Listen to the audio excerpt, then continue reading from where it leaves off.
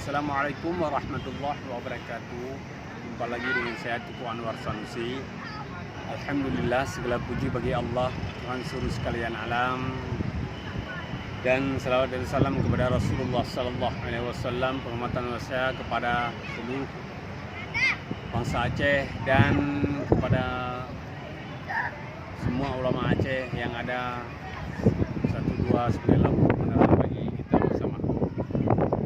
Dalam videonya dong nak begah bacut tentang hai dong nak tayang badon di saudara tua begeh mesedun jabah bak kubu urang syidron atau bak kubu syidron bak kubu tengkuron bak kubu ulamar na bengeh ni. Jadi menyebengeh ni sama-sama kita nyo resapi bahawa sama-sama kita nyo dapat video bahawa sama-sama mandum kita nyo tak tolak bahawa wacana daripada Pemkot Banda Aceh yang jikena bah bak kubu ulama Aceh yang na di Kampung Pandi.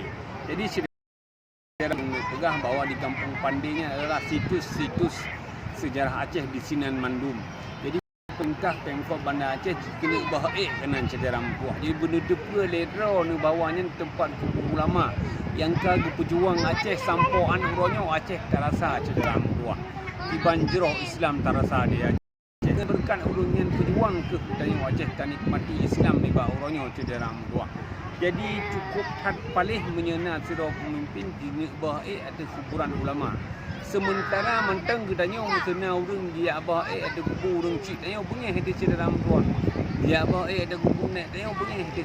Jadi sama-sama dong ngajak ni ba orangnya di ke masjid raya yang berbahagiannya dong ajak ke mandum masyarakat Bantibong Aceh untuk sama-sama nak kecam, sama-sama nak buat apa video bahawa penolakan tempat bahaik manusia di atas kuburan ulama yang ke pejuang negara Aceh sampo anak ronyo.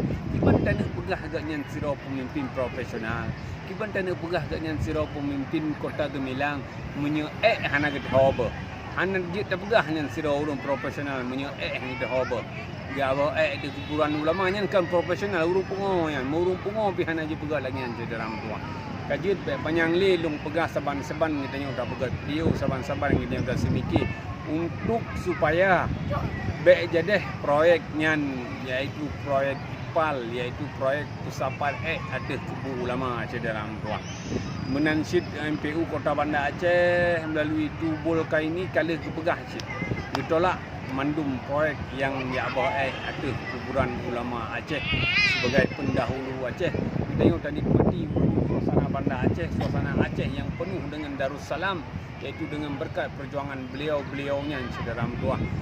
Kajit orang mentang video ulun tuan, semoga mandum bangsa Aceh puji juga sebuah video penolakan iaitu proyek IPAL ada kuburan ulama atau syuhada Aceh saudara Mpuah. Menyena nekalan videonya, tolong subscribe, komen dan share video ulunnya supaya ulun lebih gelam ulun buat video akan datang. Jadi sekian ulun akhiri, wabillahi taufiq wal hidayah. Wassalamualaikum warahmatullahi wabarakatuh.